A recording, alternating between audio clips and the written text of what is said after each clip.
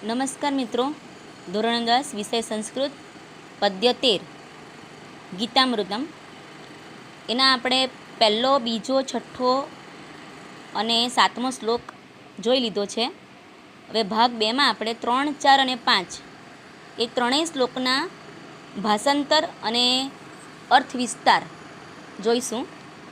તો આપણે પહેલાં લઈશું ત્રીજો શ્લોક.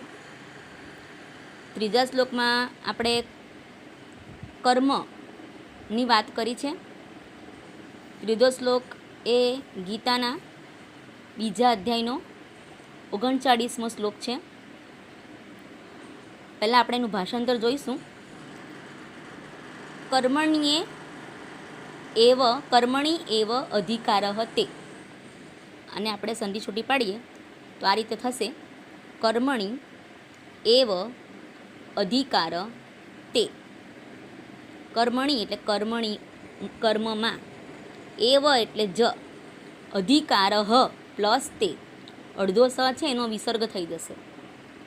કર્મમાં જ તારો અધિકાર છે. કદાચન ક્યારેય, માં ફલેશુ ફળની આસક્તિમાં નહીં, ક્યારે પણ ફળની આસક્તિમાં નહીં.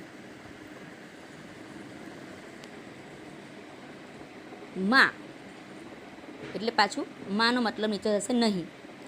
કર્મફલ હેતુ પ્લસ ભૂ, એ રેફ છે ભૂના ઉપર, તો એ રેફ નીકળી જાય એટલે હેતુ થશે. સંધિ છૂટી પાડીએ તો આમ થશે: કર્મફલ હેતુ વત્તા ભૂહુ.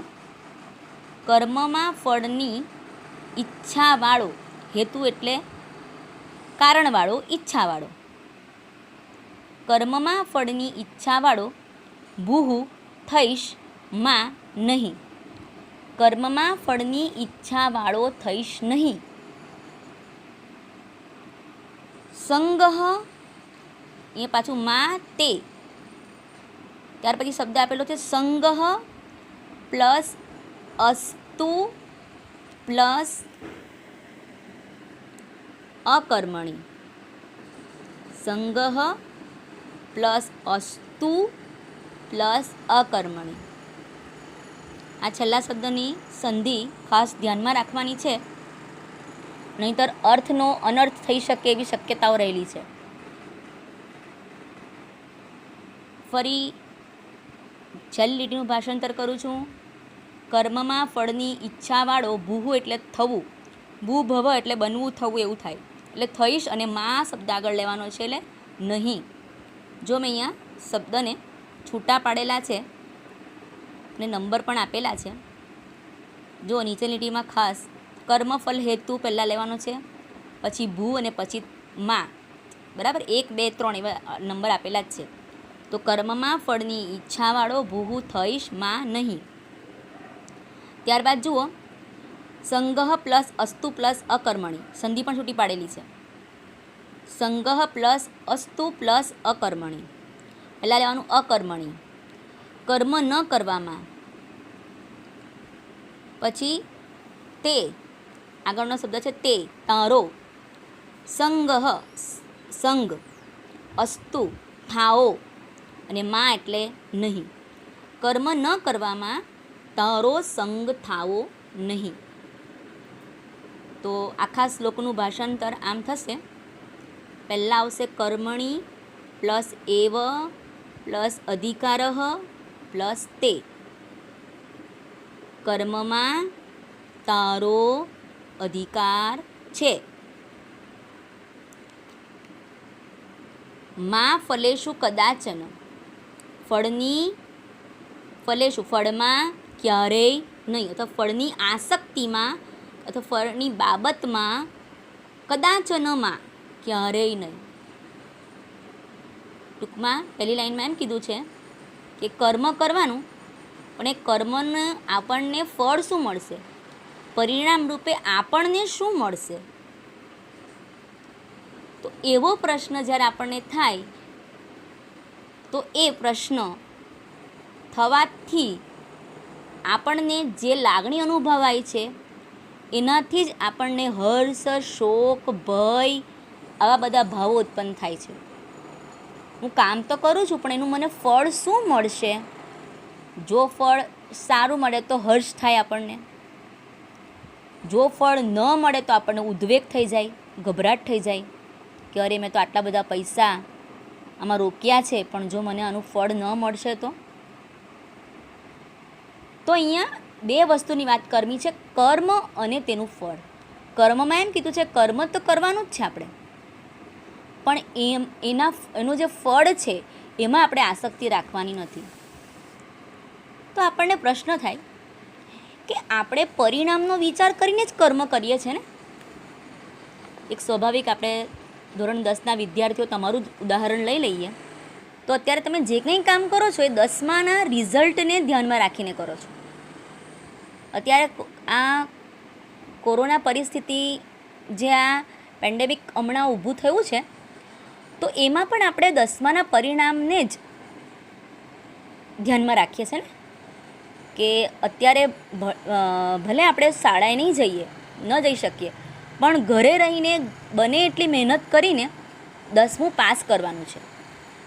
કોઈ એવું તો વિચારે જ નહીં ને કે હું મહેનત કરું પણ 10મું ન પાસ થવાય તો પણ ચાલે. એટલે એવું કોઈ નથી વિચારતું. તો અહીંયા એવો કહેવાનો ભાવાર્થ પણ નથી. પણ જ્યારે વ્યક્તિ એવું વિચારે, કર્મ કરીને બસ ફળની આસક્તિમાં જ રચ્યો પચ્યો રહે, કર્મ કરવા કરતાં ફળની આશા વધારે રાખે, તો એવા કર્મ કરવાની ના પાડી છે. બરાબર? એવી રીતે ફળમાં રચ્યા પચ્યા રહેવાની ના પાડી છે.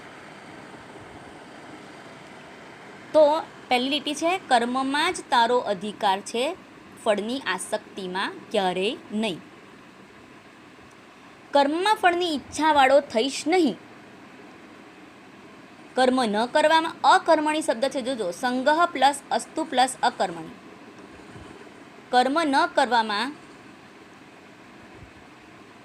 તારો, તે એટલે તારો, સંગ એટલે સંગ, અસ્તુ એટલે થાવો અને મા એટલે નહીં.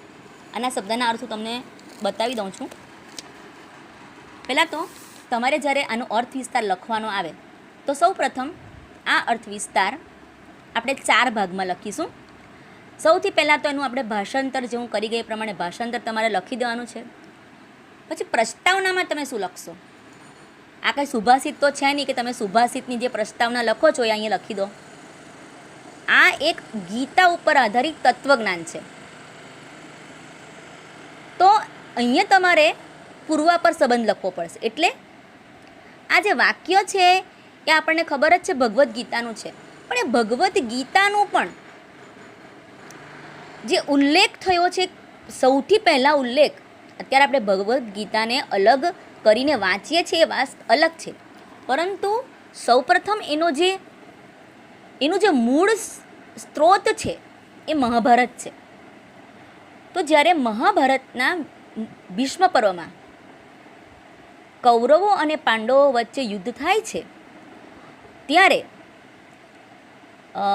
અર્જુન પોતાની સામે રહેલા પોતાના સ્નેહીજનો, મિત્રો, સગા, ગુરુને જોઈને એની સાથે યુદ્ધ કરવાનું માંડી વાળે છે. એના ગાત્રો શિથિલ થઈ જાય છે. એ પોતાના સ્નેહીજનોને સામે જોઈને હથિયાર હેઠા મૂકી દે છે. ત્યારે તેના કર્તવ્યનું જ્ઞાન કરાવવા માટે ભગવાન શ્રી કૃષ્ણ લોક કલ્યાણ અર્થે, સમાજના કલ્યાણ અર્થે તેને ભગવદ્ ગીતા કહી સંભળાવે છે.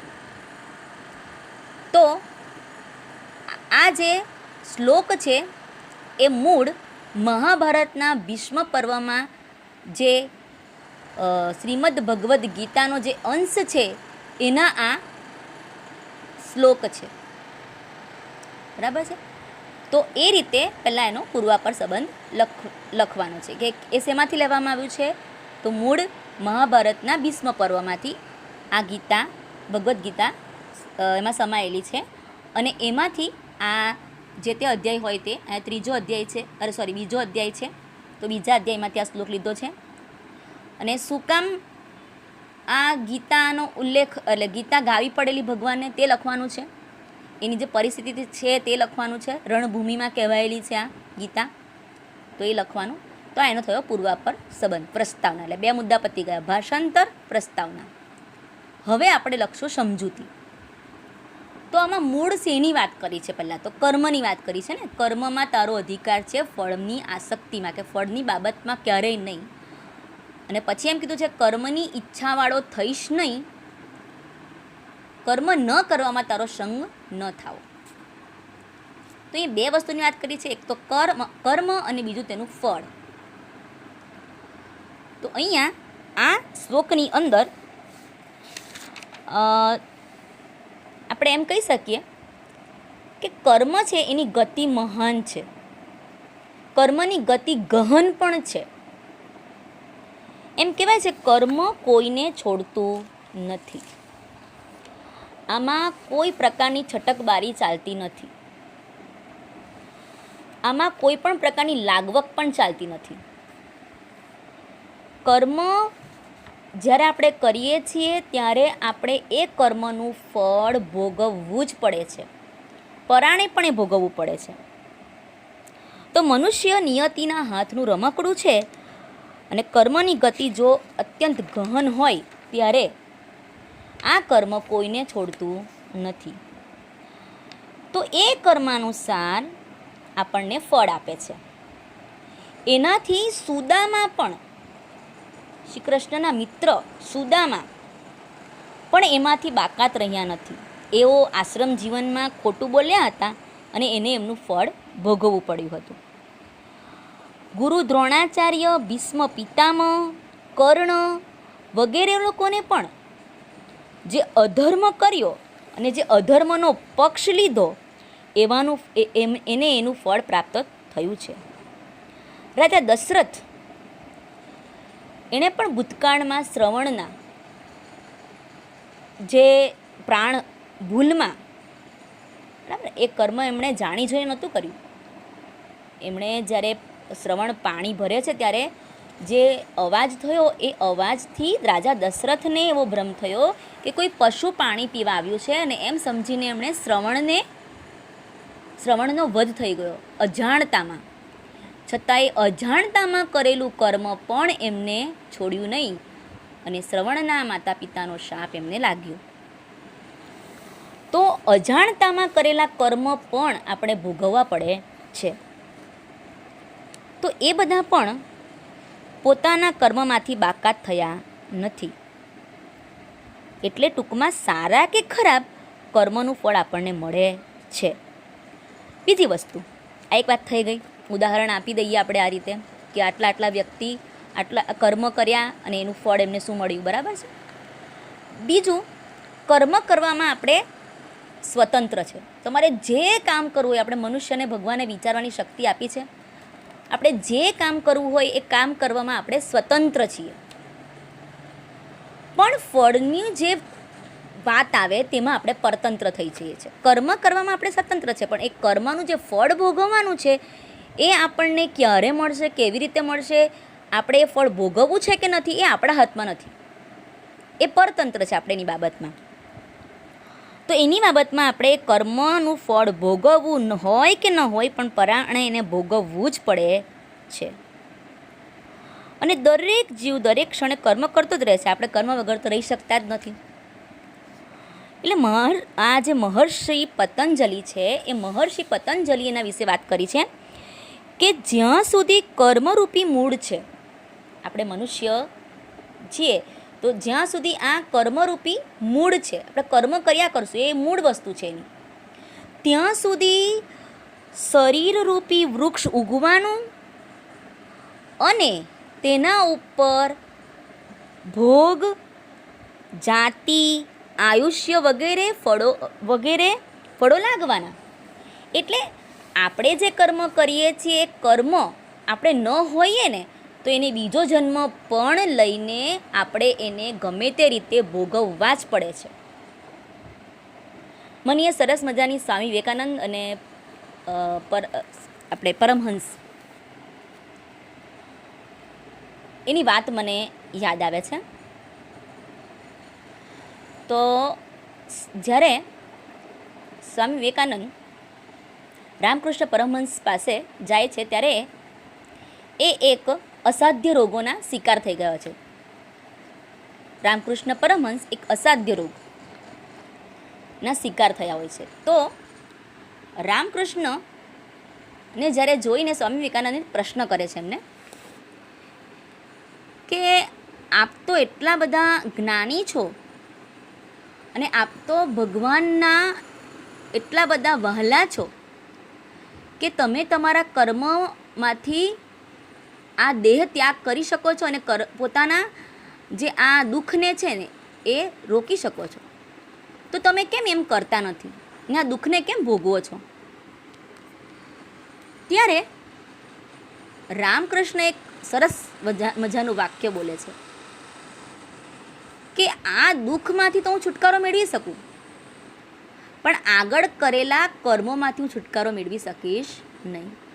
જો હું હમણાં મારા કર્મનું પરિણામ નહીં ભોગવીશ તો મારે બીજો જન્મ લેવો પડશે.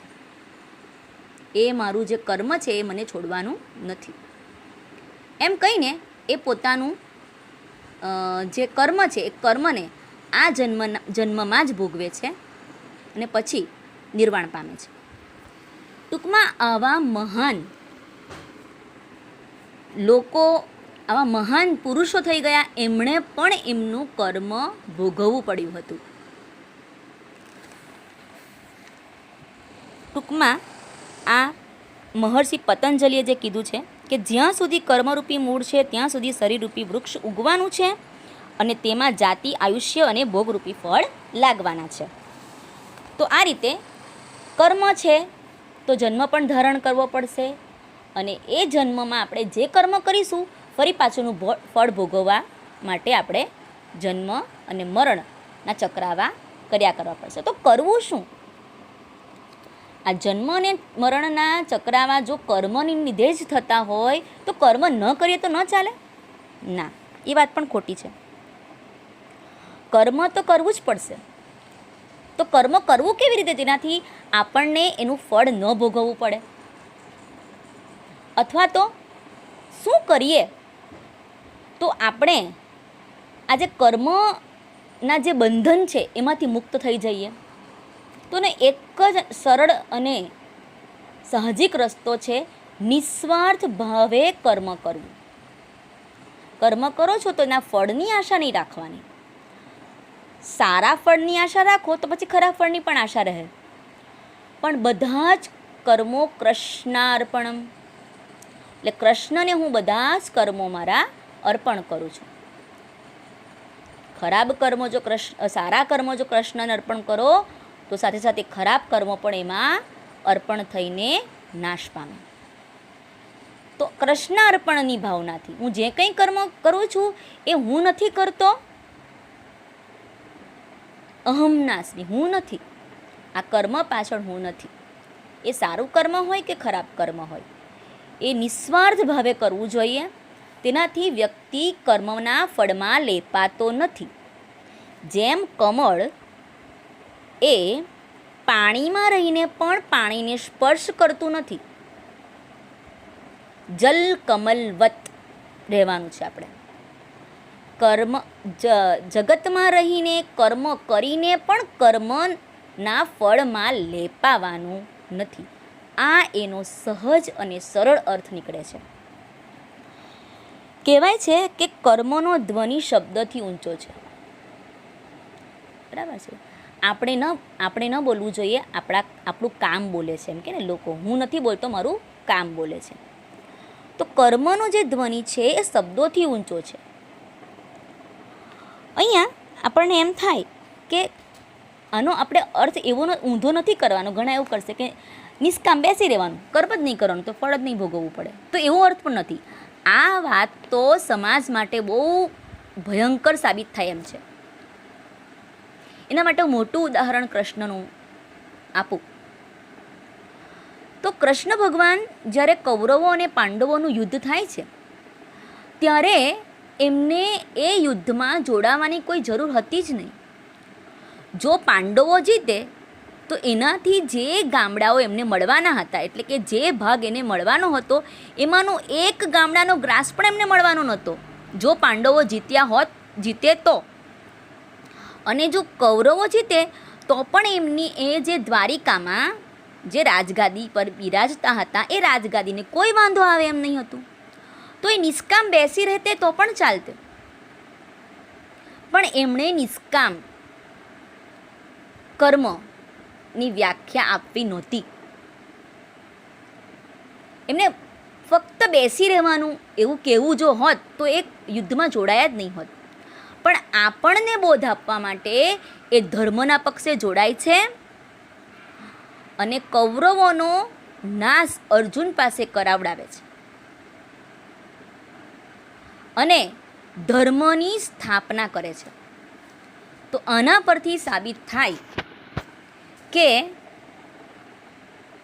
કૃષ્ણ ભગવાન કર્મમાં આપણે કર્મ કરીને એ કર્મને નિષ્કામ ભાવે બજાવીને ફળની આસક્તિમાં લેપાવાનું નથી. હવે તો આપણે કર્મ કરીએ છીએ, બરાબર? તો કર્મ કરવા માટે આપણે પરિણામની આશા રાખીએ. કોઈ પણ વ્યક્તિ હોય પરિણામને વિચારે તો ખરું, તો શું પરિણામને ન વિચારવાનું? ના, એવું પણ નથી. પરિણામનો વિચાર કરવાનો છે, એમાં ઊંડા નથી ઉતરવાનું. જેમ કે ઉદાહરણ આપણે જોઈએ તો કોઈ ખેડૂત છે, એ ખેડૂત જ્યારે વાવણી કરવાની છે એવા સમયે વાવણી નથી કરતો, પણ ભર ઉનાળામાં વાવણી કરે છે. અલબત્ત એનું બીજ છે ઉત્તમ પ્રકારનું છે, ત્યારે એ વિચારે કે ભલે પાણી નથી, અત્યારે ઉનાળાનો સમય છે, પાણીની સગવડ ન હોય અને જો એ બીજ વાવે તો બીજ ભલે ઉત્તમ પ્રકારનું હોય તો પણ એમાંથી એને બીજા બીજ અને બીજો પાક ઉગી શકવાનો નથી જ, કારણ કે એ બીજ ગરમીમાં નાશ પામવાનું છે. તો એ બીજ નાશ પામે છે તો એમાંથી કોઈ પ્રકારનું ફળ એને મળવાનું નથી. તો આપણે એવો વિચાર નથી કરવાનો, સમજી વિચારીને યોગ્ય સૂઝબૂઝ સાથે કર્મ કરવાનું છે. ટૂંકમાં વ્યક્તિએ જ્યારે વ્યક્તિ કર્મ કરે છે ત્યારે કર્મમાં કામના સેવવાની નથી, કર્મના ફળમાં લોભ રાખવાનો નથી. બરાબર છે? જ્યારે ખેડૂત બીજ વાવે છે ત્યારે એને ખબર હોવી જોઈએ કે પાણીની સગવડ હોવી જરૂરી છે, પણ આપણે ત્યારે એવું વિચારે કે હું તો કર્મ જ કરીશ, પાણી મળવાનું હશે તો મળશે, તો એવો ઊંધો અર્થ પણ કાઢવાનો નથી. બરાબર છે? તો એ બીજ એનું બળી જવાનું છે ઉનાળામાં જો એ કર્મ કરશે તો કર્મના ફળમાં લોભ ન રાખવો, કોઈ પણ કામના ન સેવી, પરંતુ સમજપૂર્વક યોગ્ય પુરુષાર્થ કરી ઉત્તમ પ્રકારનું ફળ મળે તેના માટે પ્રયત્ન કરવો જોઈએ. કીધું છે કે વર્ક ઇઝ વર્શિપ.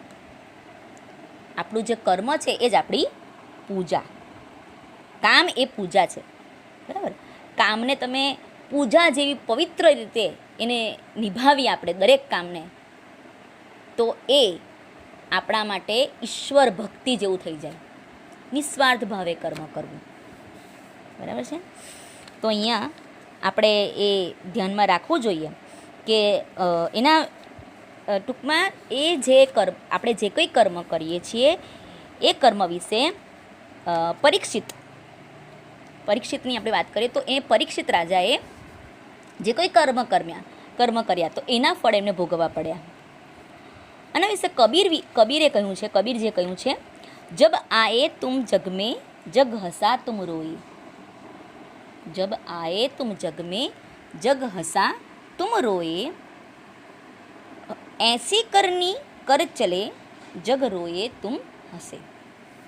એટલે જ્યારે આપણે જીવનમાં આવ્યા ત્યારે બધા હસ્યા અને આપણે રડ્યા જન્મ વખતે, પણ જ્યારે તમે મૃત્યુ પામો ત્યારે એવા કર્મ કરવા જોઈએ કે તમે હસીને જાઓ અને લોકો તમારા કર્મને યાદ કરીને પોતાની આંખમાં આંસુ ભરી લે. એટલે ટૂંકમાં આનો એક જ નિષ્કર્ષ નીકળે, કર્મ કર્યા વિના કશું મળતું નથી, કરેલું ફોકટ જતું નથી. તો હાંક મારતો જા, કર્મ કરતો જા. બરાબર છે. તો આ રીતે બધા જ કર્મો ભગવાનને અર્પણ કરીને જે વ્યક્તિ કર્મો કરે છે તે વ્યક્તિ સદા ભય, ચિંતા અને શોકથી મુક્ત રહે છે અને તેને કોઈ પણ પ્રકારના ફળમાં લેપાતો નથી. તો અહીંયા હંમેશા આપણે નિષ્કામ ભાવે કર્મ કરવું જોઈએ, પુરુષાર્થ કરવું જોઈએ. જો આપણે બાવળ વાવીએ તો ક્યારેય આપણે કેરી મેળવી શકતા નથી. બરાબર છે. તો જેવું આપણે કર્મ કરીએ છીએ એવું જ આપણને ફળ પણ પ્રાપ્ત થાય છે. તો કર્મ ન કરવું એવું પણ નથી, કર્મ કરીને ફળની પાછળ બેસી રહેવું એવું પણ નથી. તો આ રીતે તમારે અર્થ વિસ્તાર લખવાનો છે. આ અર્થ વિસ્તારના જે મુદ્દાઓ છે એ હું શબ્દના અર્થ સાથે મોકલી આપીશ. તમારે અર્થ વિસ્તાર તૈયાર કરી દેવાનો. મુદ્દાઓમાં બધું જ આપ્યું છે, તમે એ રીતે અર્થ વિસ્તાર સારી રીતે લખી શકશો. હવે આપણે આગળનો શ્લોક જોઈશું. શ્રદ્ધાવાનમ લભતે જ્ઞાનમ તત્પર સંયતેન્દ્રિય. જો જે મુદ્દાઓ મેં લખ્યા છે એ હું તમને કહી દઉં. આ રીતે આ મુદ્દાઓ મેં લખ્યા છે, જોઈ લો. તો આ મુદ્દાઓ તમારે ઉતારવાના છે. બરાબર છે. એના પરથી આખું જે છે એ તૈયાર કરવાનું છે. હવે આપણે આગળનો શ્લોક જોઈએ. જો શ્રદ્ધાવાન લભતે જ્ઞાનમ, તો શ્રદ્ધાવાન માણસ જ્ઞાન મેળવે છે. તત્પર સાવધાન, તમે ચોપડીમાં પણ જોશો તો ચાલશે. સાવધાન સંયતેન્દ્રિય, જેની ઇન્દ્રિય સંયમી છે તે, બરાબર, તમારી ચોપડીમાં આપેલું જ છે. જ્ઞાનમ લબ્ધવા, જ્ઞાન મેળવીને, પરમ શાંતિને અચિરેણ, ટૂંક સમયમાં અધિગચ્છતિ, મેળવે છે. હવે આપણે જરાક શ્લોક જોઈ લઈએ. શ્રદ્ધાવાન જ્ઞાનમ લભતે, શ્રદ્ધાવાન જ્ઞાન મેળવે છે. તત્પર એટલે કે સાવધાન, સંયતેન્દ્રિય એટલે જેની ઇન્દ્રિય સંયમી છે તે, જ્ઞાનમ લબ્ધવા, જ્ઞાન મેળવીને, પરમ શાંતિમ વત્તા અચિરેણ વત્તા અધિગચ્છતિ. 3 શબ્દો છે. શાંતિ, માંથી અલગ કરીએ એટલે અચિરેણ પ્લસ અધિગચ્છતિ. શાંતિમ એટલે શાંતિને, ચિર એટલે લાંબુ ને અચિર એટલે ટૂંકું, ટૂંક સમયમાં અધિગચ્છતિ મેળવે છે. શાંતિને ટૂંક સમયમાં મેળવે છે. અહીંયા પહેલી વાત કરી છે શ્રદ્ધાવાન જ્ઞાન મેળવે છે. પછી છે તત્પર એટલે સાવધાન, સંયતેન્દ્રિય એટલે જેની ઇન્દ્રિય સંયમી છે તે જ્ઞાન મેળવીને પરમ શાંતિને ટૂંક સમયમાં મેળવે છે. અહીંયા જો સંયતેન્દ્રિય એક સમાસ છે. જેની ઇન્દ્રિય સંયમી છે તે બહુવ્રીહી સમાસ થશે. જેની ઇન્દ્રિય સંયમી છે તે બહુવ્રીહી સમાસ થશે. તો અહીંયા 2 વસ્તુની વાત કરી છે. એક તો કોઈ પણ કાર્ય કરો એમાં શ્રદ્ધા રાખો અને ઇન્દ્રિયોને કાબૂમાં રાખવાની છે. આટલી વસ્તુ કરો તો તમે પરમ શાંતિનો અનુભવ અચૂક કરી શકો છો. આપણે જ્યારે કોઈ પણ કાર્ય કરીએ છીએ એ કાર્ય જ્યારે આપણે કરીએ ત્યારે એ કાર્યમાં આપણને સંપૂર્ણ શ્રદ્ધા હોવી જોઈએ. પછી કોઈ પણ બાબત હોય, અહીં શ્રદ્ધાનું મહત્ત્વ ટૂંકમાં બતાવેલું છે. કોઈ પણ આપણા ગુરુ હોય તો ગુરુ આપણને જે શીખવે છે, જે જ્ઞાન આપે છે, એમાં આપણને શ્રદ્ધા હોવી જોઈએ. જો આપણે શંકા કરીએ કે આ સાચું હશે કે ખોટું હશે, તો શંકા કરનાર વ્યક્તિનો હંમેશા નાશ થાય છે એમ કહેવાય છે. આના પછીના શ્લોકમાં જ આપેલું છે ગીતામાં, તમે વાંચશો તો તમને ખ્યાલ આવશે. તો તમે જ્યારે કોઈ પણ, ઉદાહરણ તરીકે તમે કોઈક ડૉક્ટર પાસે કે વૈદ્ય પાસે જાઓ છો, તો એ વૈદ્ય જે દવા આપે છે કે એ ડૉક્ટર જે દવા આપે છે એમાં જો તમને વિશ્વાસ ન હોય તો તમને રોગ સારો થતો નથી. એમ તો ભગવાન શ્રી રામે પોતાના ભાઈ લક્ષ્મણને રાજા રાવણના વૈદને સોંપી દીધો હતો. જ્યારે લક્ષ્મણજી મૂર્છિત થઈ જાય છે, મેઘનાથ એમને જ્યારે મારવા આવે છે ત્યારે એ મૂર્છિત થઈને પડી જાય છે અને મૃત્યુના મુખમાં પહોંચી જાય છે. ત્યારે રામે રાવણના વૈદ, હવે શત્રુ છે ને રાવણ, તો છતાં એના વૈદ ઉપર વિશ્વાસ કર્યો હતો અને એના વૈદના કહેવા મુજબ હનુમાનજી સંજીવની લેવા દોડી ગયા હતા. તો કેટલી શ્રદ્ધા! એટલે શ્રદ્ધામાં જ જીવન છે એમ કહેવાય છે. કહેવાયું છે કે યો યત શ્રદ્ધ સ એવ સ. યો એટલે યહ, યત શ્રદ્ધ, જેની જેવી શ્રદ્ધા તે તેવું ફળ પામે છે. આપણે જેવી શ્રદ્ધા રાખીએ આપણને તેવું ફળ મળે છે. બરાબર? આપણે કિનારે ચમચી લઈને ઊભા હોય અને ભગવાન કે હું તો તને આખું સમુદ્ર આપવા આવ્યો છું, તું ચમચી લઈને ઊભો છે. આપણી અત્યારે પરિસ્થિતિ આવી છે. ભગવાનને ઘણું બધું આપ્યું છે, પણ આપણે અપેક્ષા, આપણી જે ભાવના છે એ સંકુચિત છે. તો યો યત શ્રદ્ધ સ એવ સ, જે જેવી શ્રદ્ધા રાખે છે તે તેવો બની જાય છે અથવા તે તેવું ફળ મેળવે છે. દરેક કાર્યમાં સફળ થવા માટે શ્રદ્ધા એક ખૂબ જરૂરી પરિબળ છે. બરાબર ને? શ્રદ્ધા ન હોય તો તમે કોઈ પણ કાર્ય, નાનામાં નાનું કાર્ય પણ કરી શકવાના નથી. શ્રદ્ધા એ કહેવાય કે એક પ્રકારનું આંતરિક બળ છે, આપણને એક આંતરિક બળ આપે છે. શ્રદ્ધા એ જ્ઞાનનો પ્રાણકોશ છે. તમે જ્ઞાન ક્યારે મેળવી શકો? જ્યારે તમને શ્રદ્ધા હોય. જ્ઞાન આપનાર જે પાત્ર છે એમાં તમને શ્રદ્ધા હોય તો જ જ્ઞાન તમારામાં આવે છે. શ્રદ્ધા હોય ને એમ ટૂંકમાં તો જ આપણે જીવનની નૈયા પાર કરી શકીએ છીએ. પહેલાં તો શ્રદ્ધા, બરાબર છે. હવે બીજી વાત છે કે ઇન્દ્રિયો પર કાબૂ.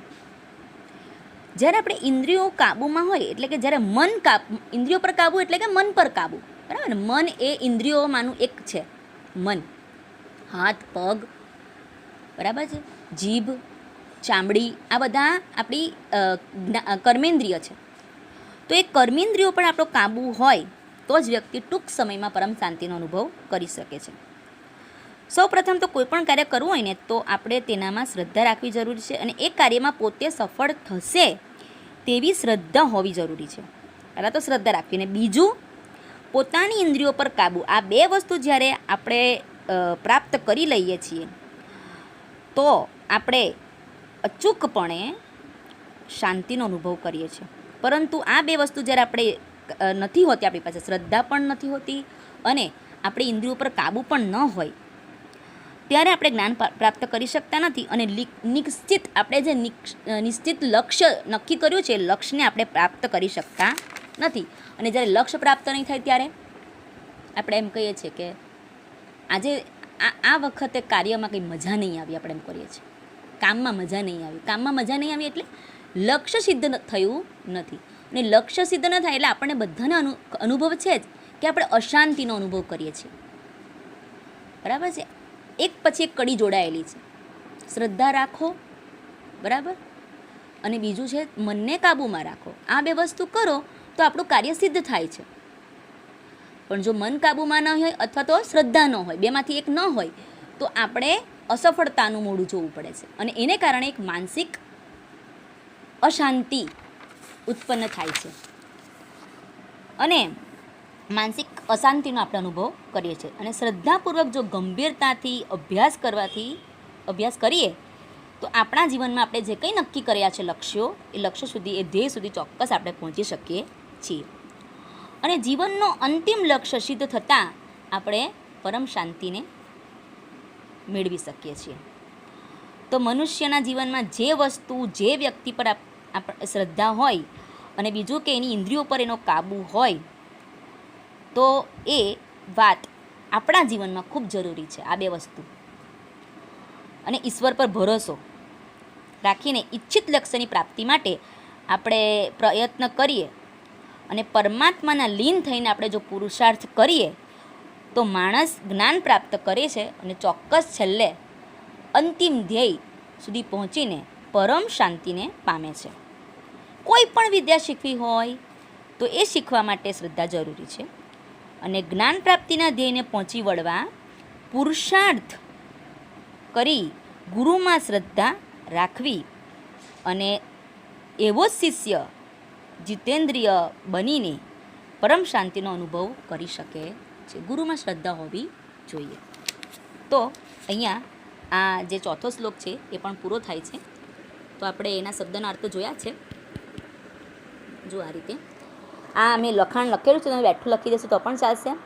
પણ કોઈ પણ જ્યારે લખો લખાણ તમે, તો ત્યારે તે સમયે દરેક અર્થ વિસ્તારમાં તમારે આ પેરેગ્રાફ છે, આ પેરેગ્રાફ નોંધ લખેલી છે. ત્રણેય શ્લોકના અર્થ વિસ્તારમાં નીચેનો ફકરો પ્રસ્તાવનામાં લખો. તો પહેલાં ભાષાંતર, પછી આ પ્રસ્તાવનાનો મોટો જે તમને પેરેગ્રાફ દેખાય છે તે, અને પછી તમારે આ રીતે લખવાનું છે. જુઓ, આવ્યું. આ તમારો ત્રીજો શ્લોક છે. ત્યાંની નીચે ભાષાંતર, પછી પ્રસ્તાવના લખેલી છે ને અહીંયા, તે પ્રસ્તાવના તમારે પહેલો પેરેગ્રાફ છે તે લખવાનો છે.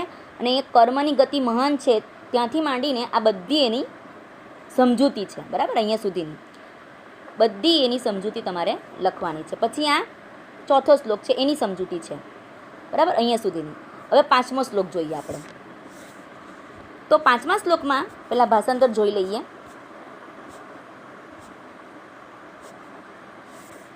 ચતુર્વિદ્યા ભજન્તે મામ જના સુકૃતિનો અર્જુન. હવે આને બધા શ્લોક ગાઈ શકાય એવા છે, બરાબર છે, અનુષ્ઠિત છંદમાં છે. ચતુર્વિદ્યા ભજન્તે મામ જના સુકૃતિનો અર્જુન, આર્તો જિજ્ઞાસુરર્થાથી જ્ઞાની ચ ભરતર્ષભ. બરાબર, ઉપરના બધા શ્લોક. કર્મણ્યેવાધિકારસ્તે મા ફલેષુ કદાચન, મા કર્મફલ હેતુર્ભુ મા તે સંગોસ્તવ કર્મણિ, શ્રદ્ધાવાન લભતે જ્ઞાનમ તત્પર સંયતેન્દ્રિય, જ્ઞાનમ લબ્ધ્વા પરામ શાંતિમ અચિરેણ અધિગચ્છતિ. બરાબર છે. તો ચોથો આપણે પાંચમો શ્લોક આપણે છેલ્લો છે એ જોઈ લઈએ.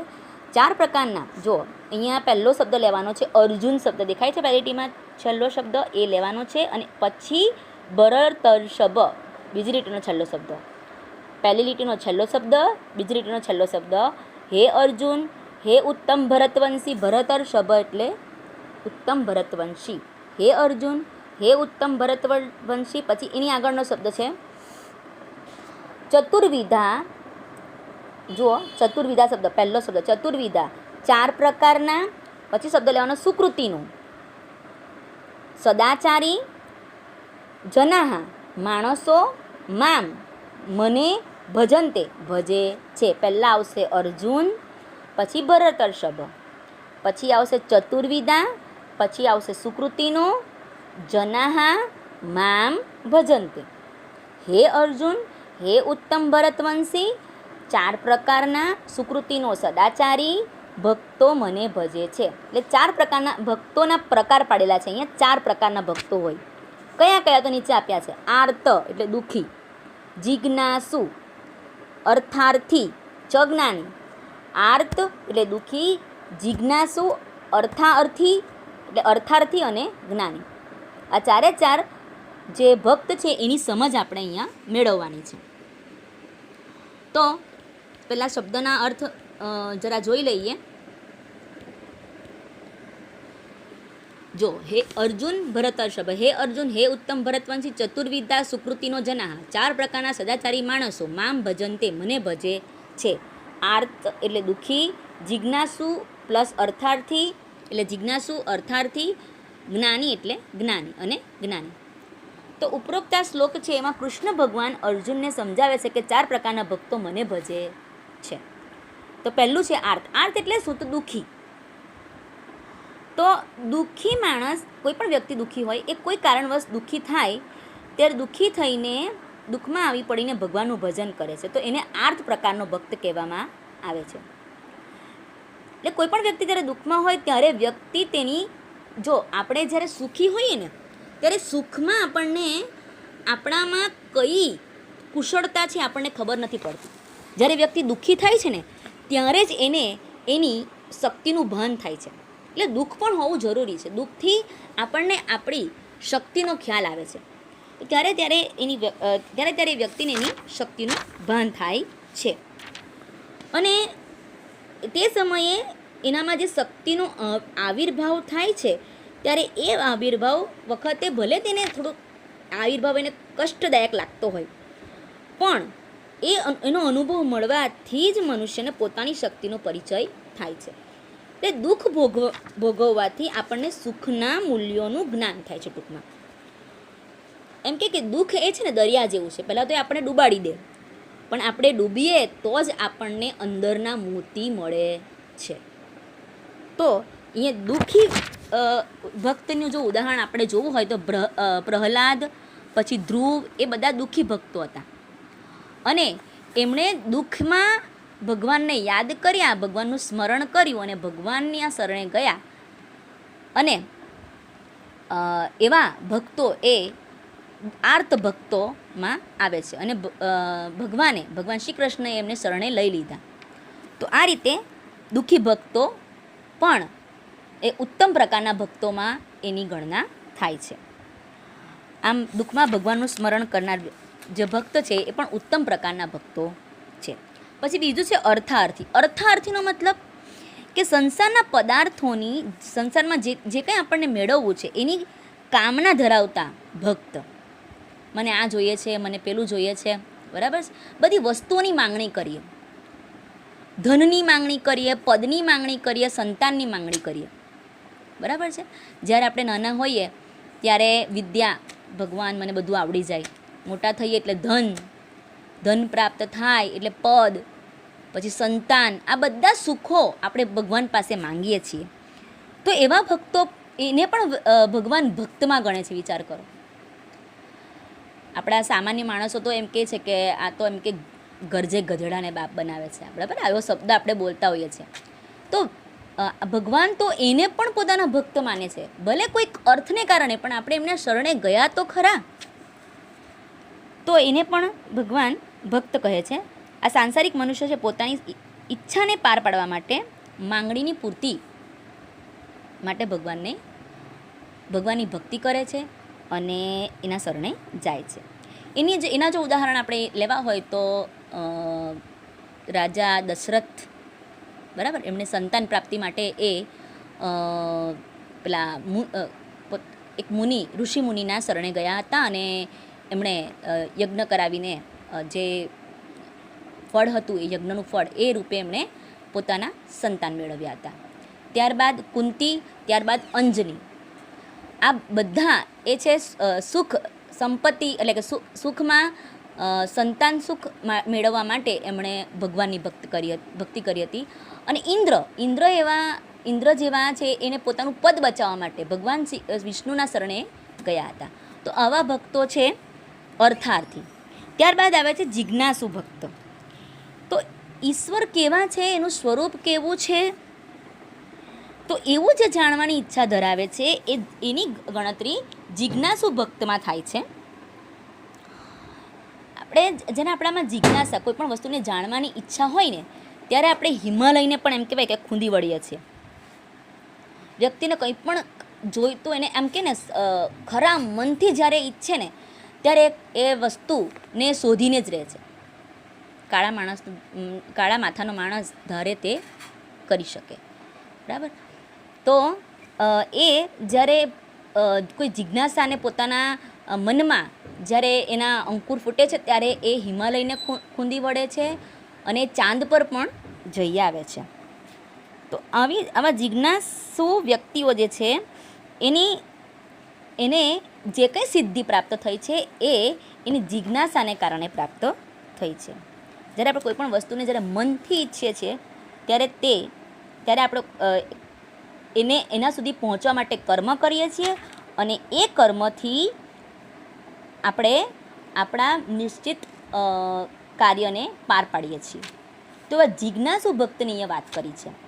તો એમાં આપણે ઉદાહરણ આપીશું ગૌતમ બુદ્ધ અને મહાવીર સ્વામી. એક સામાન્ય રાજા વર્ધમાન એ ગૌતમ બુદ્ધ બન્યા અને સિદ્ધાર્થ એ મહાવીર સ્વામી બન્યા, તો એના માટે જે સંન્યાસ મેળવ્યો એમણે, જે સંન્યાસ લીધો, એના માટે કારણભૂત હતું ભગવાનના સ્વરૂપને જાણવાની એમની ઈચ્છા, એમની જિજ્ઞાસા. તો જિજ્ઞાસુ ભક્ત આ રીતે પૂજનીય બને છે.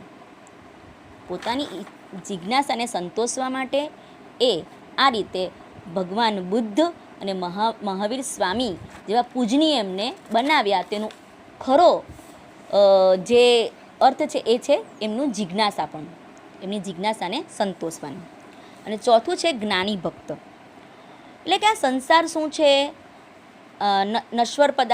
અનશ્વર પદાર્થો, પછી સંસારની અનિત્યતા, આત્મા છે અમર છે, આત્મા ક્યારેય મરતો નથી, પછી ઈશ્વરનું સ્વરૂપ કેવું છે, એવું જ્યારે આપણે જ્ઞાન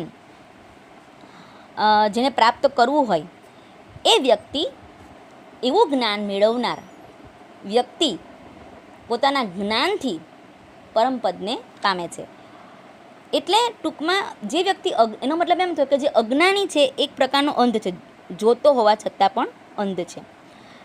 તો આ રીતે આવા જે ભક્તો છે, આ ભક્તમાં તમે વાલ્યો લૂંટારો, જેણે જે જ્ઞાન પ્રાપ્ત કરીને વાલ્મીકી ઋષિ બન્યા, અને જો એ વાલ્યો લૂંટારો જો જ્ઞાનની પાછળ ન દોડ્યો હોત તો આપણે અત્યારે રામાયણને લાવી શક્યા હોત નહીં. તો ટૂંકમાં જ્ઞાન વ્યક્તિને આ જે સંસાર છે એનાથી અલિપ્ત રાખે છે. તો એમ કહેવાય છે કે સ્નાનથી છે ને શરીરની શુદ્ધિ થાય, સત્યથી મનની, વિદ્યાથી આત્માની અને જ્ઞાનથી બુદ્ધિની શુદ્ધિ થાય છે. તો આ રીતે વાલ્યો લૂંટારો હતો, એ જ્ઞાન દ્વારા વાલ્મીકી ઋષિ બન્યો. અને ત્યારબાદ આત્મજ્ઞાન, જેને કહેવાય આત્મજ્ઞાન થાય છે, ત્યારે વ્યક્તિ પોતાના જ્ઞાનને કારણે ઉપર ઉઠીને ઈશ્વરના સ્વરૂપનું જ્ઞાન મેળવીને અંતે એ સ્વરૂપમાં એકાકાર થઈ જાય છે. તો આવા જે જ્ઞાની ભક્તો છે, એ જ્ઞાની ભક્તો પણ ભગવાનને ખૂબ પ્રિય છે, અને એની ગણના પણ ભક્તમાં થાય છે. ત્યારબાદ આપણા એક મહાન કવિ છે કાલિદાસ. એમ કહેવાય છે કાલિદાસ વિશે કે એ જે ડાળી પર બેસતા એ જ ડાળીને કાપતા હતો. તો આવો કાલિદાસ જે મૂર્ખ હતો, એ જ્ઞાનના બળે છેલ્લે કાલિદાસ તરીકે ઉપર ઉઠે છે. તો આ રીતે આત્મજ્ઞાન થતાં કાલિદાસ જેવા ઋષિ અને વાલ્મીકી જેવા ઋષિ અમર બની ગયા. તો આ જ્ઞાનની ઉપાસનાને આપણે એની ગણતરી ઓછી કરવાની નથી. જ્ઞાનથી જ ઈશ્વરના સ્વરૂપને આપણે જાણી શકીએ છીએ. તો આ 4 પ્રકારના ભગવાનના ભક્ત છે, જેના સ્વરૂપો અહીંયા આપણે જોયા. તો આ રીતે આપણે આવા 4 ભક્તોને અહીંયા સમજવાના છે. તો આ રીતે આ બધું જ લખાણ છે એ તમારે લખવાનું છે. હવે આપણે આ લખીને તમારે મને મોકલવાનું છે. અને સ્વાધ્યાયમાં આ પ્રશ્ન 1 છે, એ તમારે પ્રશ્ન 1, ત્યારબાદ પ્રશ્ન 2, 3, 4 કરવાનો નથી, 5 પણ નથી કરવાનો, 6, 7 અને 9 આટલા પ્રશ્નો તમારે, 9મો પણ ન કરશો ચાલશે, કારણ કે તમે આ લખી જ દેશો એટલે એ કરવાની જરૂર નથી. હવે અમે તમને સમાસ અને સંધિ હું જરા સમજાવી દઉં. પહેલી સંધિ છે અગ્નઃ પ્લસ નિત્યઃ, બીજી છે શાશ્વતઃ પ્લસ અયમ, ત્રીજી છે કર્મણી પ્લસ એવ પ્લસ અધિકારઃ પ્લસ તે, ચોથી છે સંગઃ પ્લસ અસ્તુ પ્લસ અકર્મણી. આ થઈ ગયા છે સંધિ, છતાં ફરી કહી દઉં. ગીતામૃતમ કયો સમાસ છે? ગીતોનું અમૃત એટલે ષષ્ઠી. અપરિહાર્ય આગળ આવ્યો એટલે નય તત્પુરુષ. સંયતેન્દ્રિય બહુવ્રીહ સમાસ. હર્ષામર્ષ ભયોદ્વેગૈઃ એ ઇતરેતર સમાસ. ભયાભયે પણ ઇતરેતર સમાસ. ત્યારબાદ પાંચમો પ્રશ્ન તમને પૂછાતો નથી. શ્લોકની પૂર્તિ મેં તમને પહેલાં જ કીધું કે તમને શ્લોક પૂછાવાના છે. ત્યારબાદ હવે આપણે આગળ જોઈએ. પ્રશ્ન 4 તમારે કરવાનો નથી. પ્રશ્ન 3 છે એમાં શરીરે, 7મી વિભક્તિ છે. શરીરે, શરીરયોહો, શરીરે શું. પછી જનાહા છે તો પહેલી વિભક્તિ બહુવચન છે, તો આગળ આપણે પહેલી વિભક્તિ એકવચન જનઃ, જનૌ, જનાહા. લોકાત 5મી વિભક્તિ છે. લોકાભ્યામ, લોકેભ્યઃ. પ્રવૃત્તિ ઈકારાંત છે. પ્રવૃત્તિ, પ્રવૃત્તૌ અને પ્રવૃત્તયઃ ઈકારાંત છે. ત્યારબાદ પ્રશ્ન 2 એ સવાલ જવાબ આના જ છે, બેઠા જ લખવાના છે. અજહ નિત્ય શાશ્વતઃ કહ, તો એનો જવાબ આવશે આત્મા છે એ જ એનો જવાબ રહેશે. મૃતસ્ય કિમ ધ્રુવમ, તો જન્મ. કસ્મિન તે અધિકાર અસ્તિ, તો શેમાં તમારો અધિકાર હોવો જોઈએ, તો કર્મમાં. વ્યક્તિ ક્યારે શાંતિ મેળવે છે, તો જ્ઞાન મેળવીને ટૂંક સમયમાં. બરાબર છે. તો વ્યક્તિ જ્ઞાન મેળવીને પણ કેવી રીતે, તો તત્પર અને સંયતેન્દ્રિય શ્રદ્ધાવાન જ્ઞાનમ લભતે, જ્ઞાનમ લબ્ધ્વા પરમ શાંતિમ અચિરેણ અધિગચ્છતિ. એટલે તમે એટલું ખાલી લખો તો પણ ચાલશે, એ જ્ઞાનમ લબ્ધ્વા શાંતિમ અધિગચ્છતિ. કહ ભક્ત ભગવદ પ્રિય, તો એમાં તમારે 6ઠ્ઠો શ્લોક છે એ લખી દેવાનો છે. 6ઠ્ઠો શ્લોક આપણે મોઢે કરવાના જ છે, તો બેઠો શ્લોક તમે લખી દો તો પણ ચાલે. અને આ જે ઓપ્શનવાળા સવાલ છે એ તમારે જાતે કરવાના રહેશે. તો આ કાર્ય તમારે પૂરું કરવાનું છે અને મને લખીને મોકલી આપવાનું છે. અસ્તુ.